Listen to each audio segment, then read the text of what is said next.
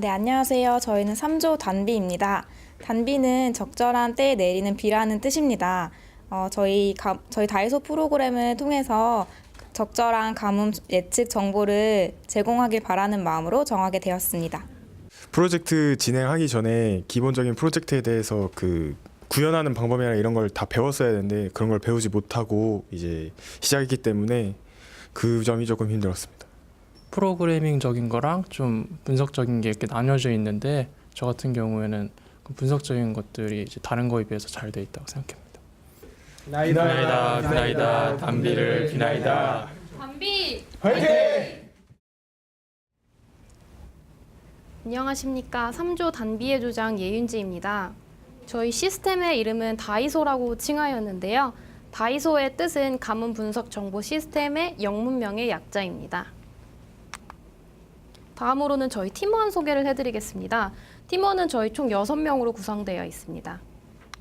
저희 가뭄 분석 정보 시스템의 소개의 과정을 설명해 드릴 텐데요. 처음으로는 추진 배경과 목표를 설명해 드리겠습니다. 목표에서는 저희가 가뭄 분석에 대해서 어떠한 지수를 사용했는지 설명을 상세하게 해드릴 예정이고요. 다음에는 추진 내용과 시스템 구현에 대해서 상세하게 설명해 드리겠습니다. 마지막으로는 기대 효과와 향후 계획에 대해 설명해 드리겠습니다. 추진 배경입니다. 이 그래프를 보시게 되면 현재 그래프 상단에 노란색 점이 있습니다. 이러한 노란색 점들은 가뭄 발생 피해량을 산정한 것인데요. 2000년대 이후를 보시게 되면 거의 가뭄 피해가 매년 일어나고 있습니다. 그리고 2013년 이후에는 거의 가뭄이 매년 일어나고 있었고요.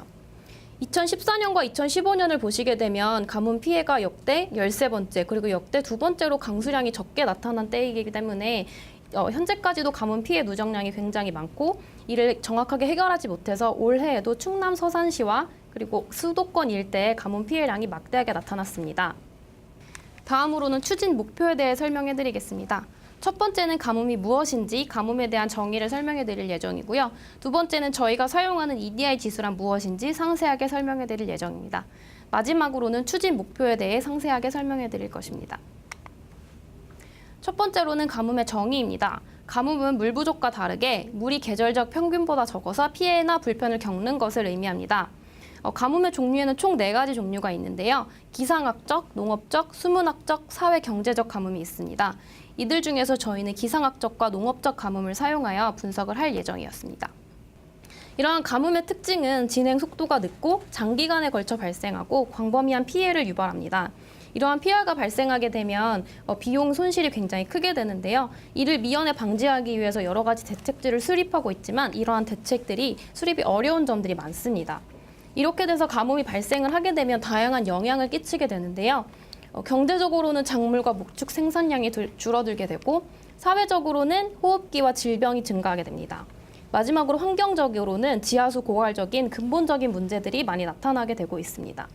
이러한 가뭄들을 해결하기 위해서 전 세계적으로는 많은 지수들을 개발을 하게 되었는데요. 이러한 가뭄의 문제를 근본적으로 해결하기 위해서 전 세계적으로 다양한 노력을 하고 있습니다.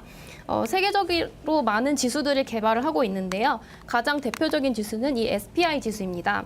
SPI 지수라는 것은 표준 강수 지수라는 것으로 SPI 3, 6, 그 등의 시간 척도를 선정해서 다음과 같은 지수들을 사용하고 있습니다. 이러한 지수들을 사용해서 연산하는 방법은 좌측과 같이 이렇게 알고리즘으로 구성되어 있는데요. 이런 것들은 조금 해석하기 어려운 점이 있어서 제가 간단하게 설명해 드리겠습니다.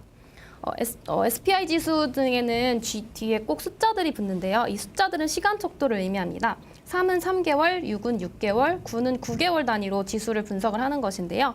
3 같은 경우는 시간 단위가 작기 때문에 농업적 가뭄을 예측하는 데 가장 크게 영향을 미치고요.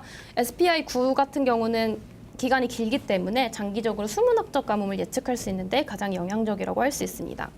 하지만 이 SPI 지수에 맹점이 하나가 있습니다. 바로 월별로밖에 지수가 산정이 안 된다는 점인데요. 월별로만 지수가 산정이 밖에 안 된다면 굉장히 정확하게 예측을 하기에는 조금 어려운 점이 있다고 생각해서 저희는 일별로 지수를 예측할 수 있는 EDI 지수에 대해 설명을 해드리겠습니다. EDI 지수라는 것은 효과 가뭄 지수인데요. 30년간 일별 강수량 데이터를 바탕으로 시간별로 비중을 달리하여 합산하는 지수를 의미합니다. 한마디로 현재로부터 시간이 멀어질수록 가중치를 적게 주는 방법으로 계산을 하는 것인데요. EDI 지수와 타 가뭄 지수와의 차별성부터 먼저 말씀을 드리겠습니다. EDI 지수는 강수량을 시간별로 비중을 달리하여 합산하는 것입니다. 제가 방금 말씀드렸다시피 현재를 기준으로부터 예를 들면 10일 전의 강수량은 가중치를 적게 두고 어제 비가 왔다면 어제의 강수량은 가중치를 높게 두는 식으로 아주 간단하게 합산을 하는 방식입니다.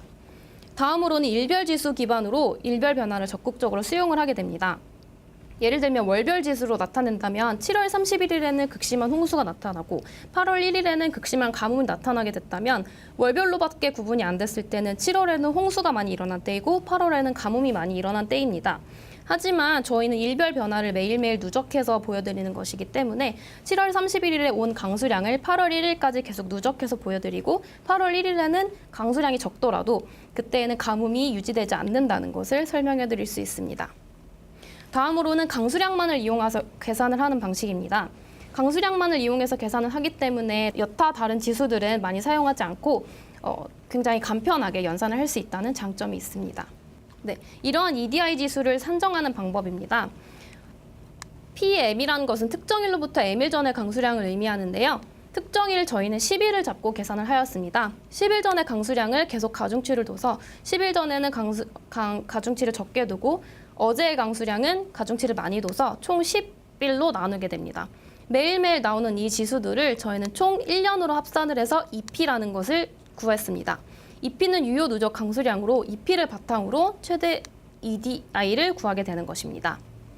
EP로부터 30년간의 일별 강수량 데이터의 평균을 구하게 되고 최종적으로는 스탠다드 데비에이션과 DEP를 연산을 해서 EDI를 구하게 되는 것입니다. 이러한 EDI 지수가 얼마나 유효성이 있는지 검증을 통해서 저희는 분석을 하였습니다. 2014년, 15년, 16년 데이터로 검증을 진행하였는데요. 상관계수가 0.71, 0.72 정도로 굉장히 높게 나와서 저희는 EDI 지수가 굉장히 유효하다고 생각을 하고 분석을 진행하였습니다. 네, 다음은 추진 목표입니다. EDI 가뭄 지수를 통한 가뭄 예측 및 가뭄 정보 서비스를 제공하는 것이 첫 번째입니다. 다음으로는 가뭄에 대한 범시민적인 인식을 제고시키는 것입니다. 저희가 단순 가뭄 위험 지도만을 보여드리는 게 아니라 다양한 교육 자료들을 통해서 가뭄에 대한 인식을 제고시키는 역할도 하고 있습니다. 다음으로는 추진 범위입니다. 시간적으로는 저희가 30년간 일일 강수량을 데이터를 기반으로 총 4개의 전망을 예측을 할 것인데요. 2017년 11월 현재, 그리고 12월, 그리고 2018년 1월, 2월까지 총 4개월의 전망을 할 것입니다. 공간적 범위로는 남한 전 지역을 분석을 할 것이고요.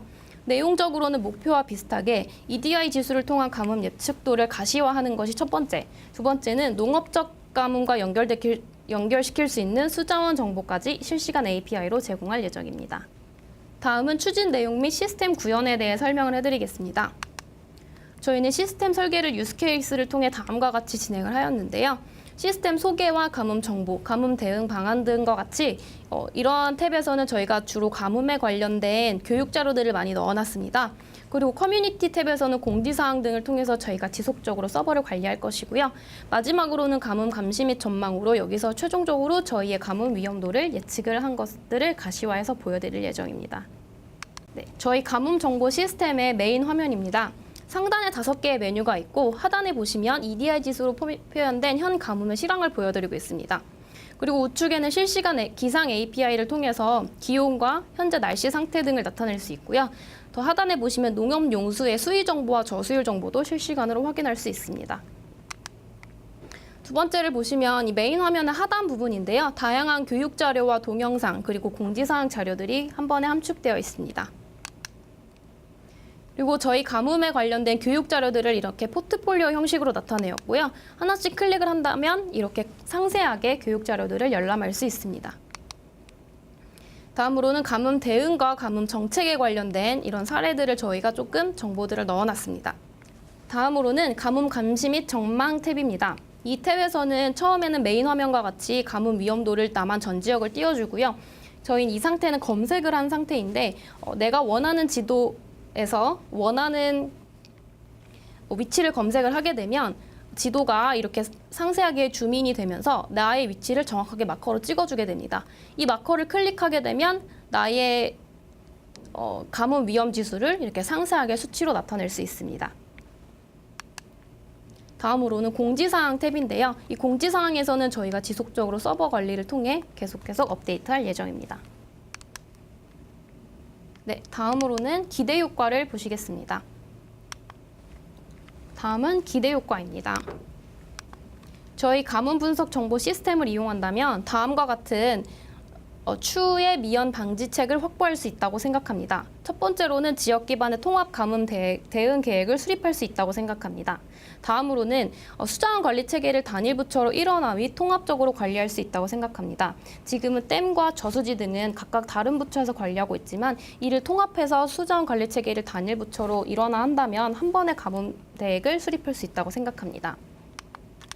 다음으로는 용수 공급 능력의 확충을 위한 지역 맞춤형 수자원 서비스를 개발할 수 있다고 생각합니다.